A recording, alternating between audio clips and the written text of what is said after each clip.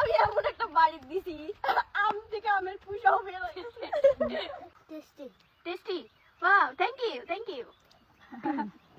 Hello everyone, আসসালামু আলাইকুম, it's me Afsana চেহারি। আজকে আমার অনেক আম খেতে ইচ্ছে করতেছে, মানে ছোট ছোট আম আর কি, তেল মরিচ দিয়ে বানিয়ে খাবো আর কি এরকম। তো এখন আম কোথায় পাবো? আমাদের গাছে আম আছে ঠিক আছে, কিন্তু আমাদের গাছের আম আমার খেতে মন চাচ্ছে না, অন্যদের গাছের আম চুরি করে খাবো। তো চলো দেখি চুরি করা যায় নাকি। প্রথমে আমার কাকিদের কাছে আম চুরি করবো, কাকিরা আশেপাশে কেউ নাই, দেখি। এখানে কাকিরা দেখলাম রুমের মধ্যে গল্প করতেছে, ভাবলাম এই সুযোগে একটা আম পাড়া যাক। তো আমি এখানে আশেপাশে দেখছিলাম কাকিরা কেউ দেখে নাকি, কিন্তু না, এখানে কেউ ছিলই না। তো এই জন্য আমি এই সুযোগে আমটা পারলাম। আম পেরে একটা দৌড় দিছি, পরে মনে হলো না একটা দিয়ে হবে না, আর একটা আম পারতে হবে। পরে এখান থেকে আমি আরো একটা আম পারলাম। এই আমটা নিয়ে এমন দৌড় দিছি, এই বাসা থেকে একদম বের হয়ে আসছি। এখন আমি আরেকটা গাছের আম পারবো।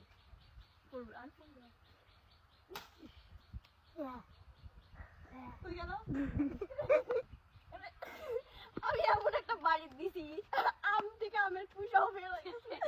দেখেন আমি মানে আমি আমি এমন একটা বাড়ি দিছি যে আম সরে গেছে, মানে মাঝখান থেকে কুই সরে গেছে, জাস্ট আমটা রয়েছে। এই দেখো সেই আম।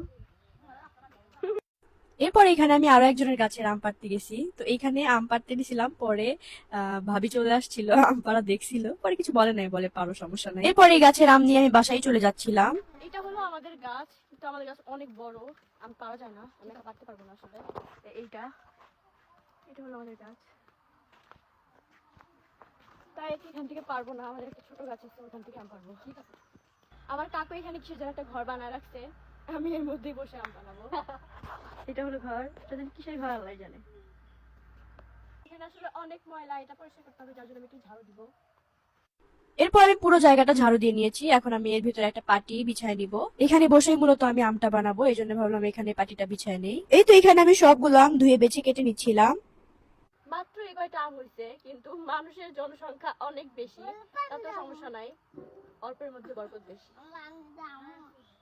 সবগুলো আম ধুয়ে কেটে নিয়ে এখন আমি সবকিছু মিলিয়ে মাখিয়ে নেব। এর ভিতরে আমি লবণ দিয়েছি, কাঁচামরিচ দিয়েছি, সাথে সরিষার তেল, আর ভিতরে একটা আচার দিব।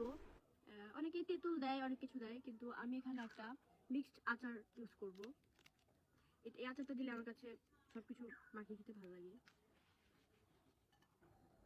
এখন আমি এর মধ্যে চিনি দিব।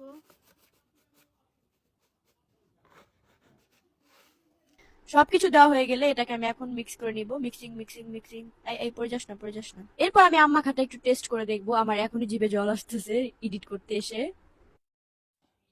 দেখো কি সুন্দর কালারটা আসছে।